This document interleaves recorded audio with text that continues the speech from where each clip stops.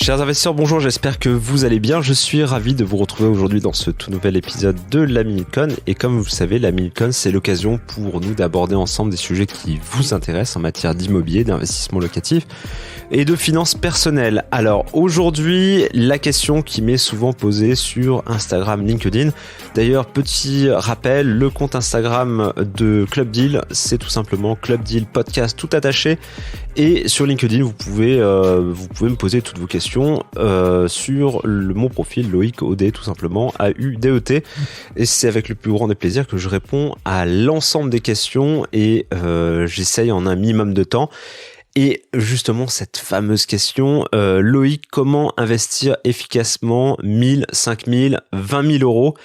Et là, c'est toujours très difficile pour moi d'y répondre parce que, évidemment, ça dépend de pas mal de paramètres, dont notamment votre aisance financière. Est-ce que vous êtes salarié ? Est-ce que vous êtes en CDI, en CDD, en contrat d'apprentissage ? Est-ce que vous êtes entrepreneur de plus ou moins 3 ans ?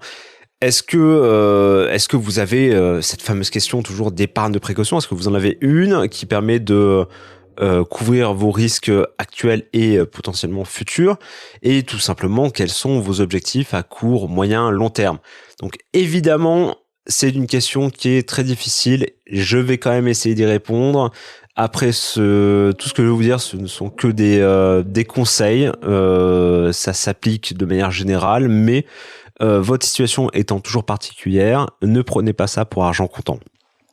Les questions à se poser, il y en a 3 et c'est pas compliqué. Ai-je besoin de cet argent ?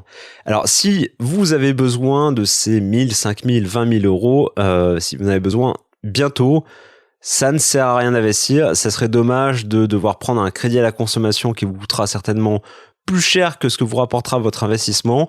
Donc, au final, si vous avez un besoin de trésor imminent, n'investissez pas, c'est la meilleure des solutions. Quel risque êtes-vous prêt à prendre ? Alors là, la bonne réponse est me dire je suis prêt à tout perdre.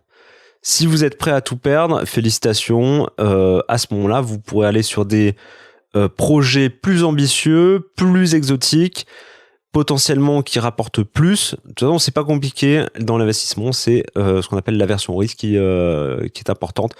Évidemment, plus vous risquez gros, plus vous pourrez gagner gros. Mais évidemment, heureusement, la nature est bien faite. Il y en a pour tout le monde. Il y a des placements qui sont moins risqués, d'autres plus, et évidemment ceux qui sont moins risqués rapportent un peu moins, ceux qui sont plus risqués peuvent rapporter plus, et tout simplement il faudra jauger par rapport au risque que vous êtes prêt à prendre. Troisième question à se poser plutôt, est-ce que vous avez les connaissances ou est-ce que vous avez du temps à consacrer à votre projet ? Évidemment, même si on peut se faire accompagner sur pas mal de choses, c'est quand même bien de connaître le sujet, connaître son support d'investissement, minima s'intéresser, et je pense que c'est comme ça qu'on fait des bons placements, c'est en s'intéressant au sujet, même si vous n'êtes pas une pointure en termes technico-techniques, mais c'est bien de savoir de quoi on parle. Si vous avez affaire à un banquier, à un agent immobilier, un gestionnaire de patrimoine, au moins ça vous permet de ne pas vous faire avoir tout simplement. Et du temps, naturellement quand on parle d'immobilier, ça prend du temps puisqu'il faut s'occuper de pas mal de choses. Il faut aller chez le notaire, il faut s'occuper des travaux, il faut s'occuper des locataires, etc. Même si plein de choses peuvent être déléguées, ça prend quand même un peu de temps. Je vais pas vous laisser comme ça une réponse aussi vague. J'ai essayé de faire un top 5 des investissements en fonction de votre budget, donc les 1000, 5000 et 20 000 euros. Bien entendu, ce ne sont que des conseils, libre à vous de les appliquer ou pas. Le premier dans notre top 5, alors là vous allez me dire je me suis vraiment pas foulé, et je vous assure, je pense que c'est le premier, le top 1, c'est ne pas investir. Décider de ne pas investir, il faut savoir que c'est un investissement à part entière. D'un côté, votre rentabilité, elle est clairement nulle. La rentabilité, c'est 0. Mais il faut quand même le mettre en perspective avec un risque qui est de 0 aussi. Et les 2 risques que je vois, c'est l'effondrement du système bancaire. Je pense pas que ça arrive tout de suite. Et l'inflation, évidemment, si beaucoup d'inflation, les 1000 euros de l'époque vous donneront moins de pouvoir d'achat que les 1000 euros d'aujourd'hui. Enfin, je pense que vous avez compris le principe. Néanmoins, le fait de ne pas investir tout de suite, ça vous permet de gagner du temps, d'épargner et du coup renforcer votre épargne de précaution ou arriver sur un futur projet avec plus de billes à mettre. Donc ça peut être aussi une très bonne solution d'attente. Ne pas investir, c'est aussi un investissement. Deuxième solution, le crowdfunding et la tokenisation. Donc le fait de morceler, donc le crowdfunding que ce soit immobilier ou ailleurs. Donc ça, on va dire pour des budgets entre 1000 et 5000, tout dépend du ticket d'entrée de support, mais en crowdfunding, des fois, en général, par rapport à ce que je vois, on peut rentrer des 500 euros et on peut mettre jusqu'à 5, 10 000, 20 000 euros, libre à chacun, mais bon, comme on essaie de compartimenter, donc on va dire pour les 1000, 5000, on peut co-investir dans des projets qui sont gérés et par un opérateur et bénéficier du coup d'opportunités auxquelles on n'aurait pas accès habituellement parce que ça demanderait soit des connaissances qui sont quand même assez importantes et ou un budget conséquent. Je pense notamment investir dans un co-living à plusieurs, c'est quand même vachement plus agréable qu'investir dans un co-living tout seul parce que c'est pas évident de mettre 600, 800, 900 000 euros dans un méga co-living tout seul et que peut-être tout seul vous n'aurez pas pris de risque, mais à plusieurs, à la rigueur, vous le faites parce que vous avez tout simplement plus à gagner et moins à perdre.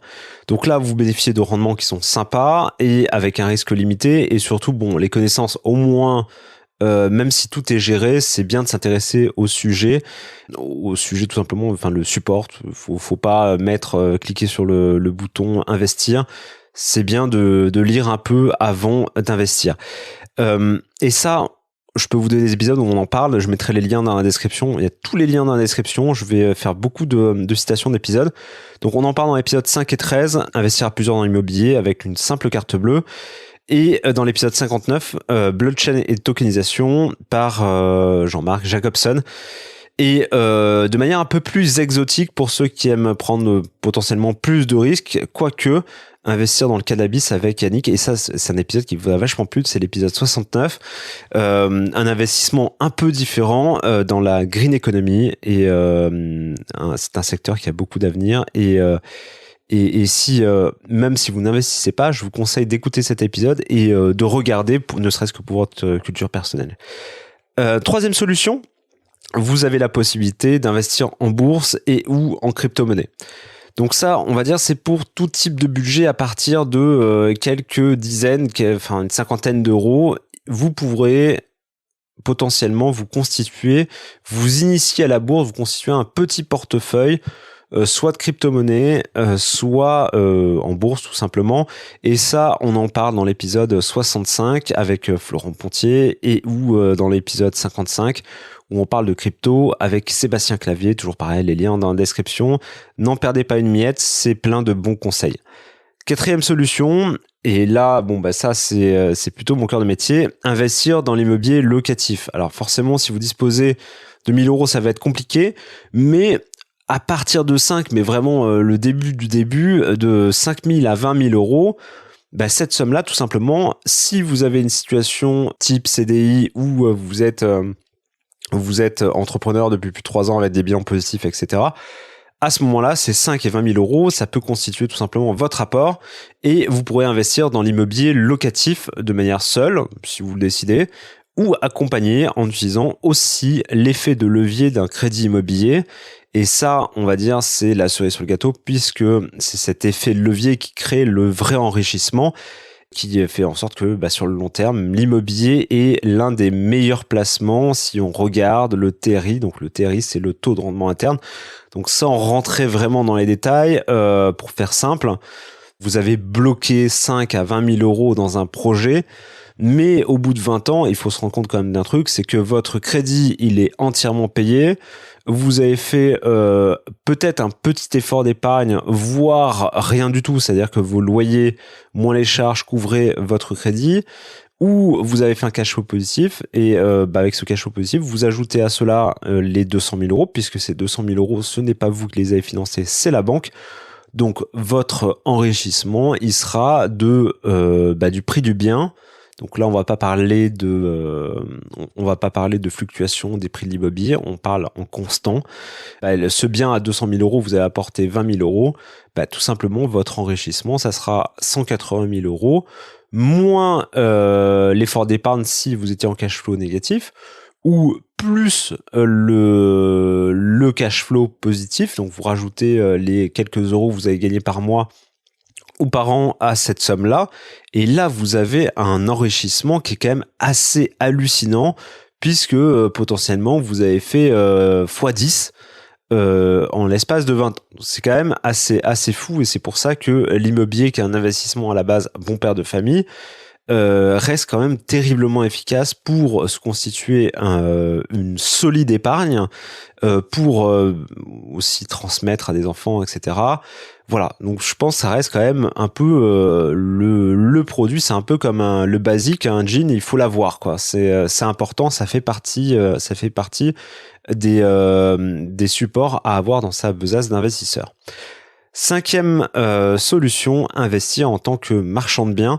Et évidemment, alors là, on est toujours dans l'immobilier, mais on est sur l'achat-revente, et ça peut s'avérer extrêmement lucratif.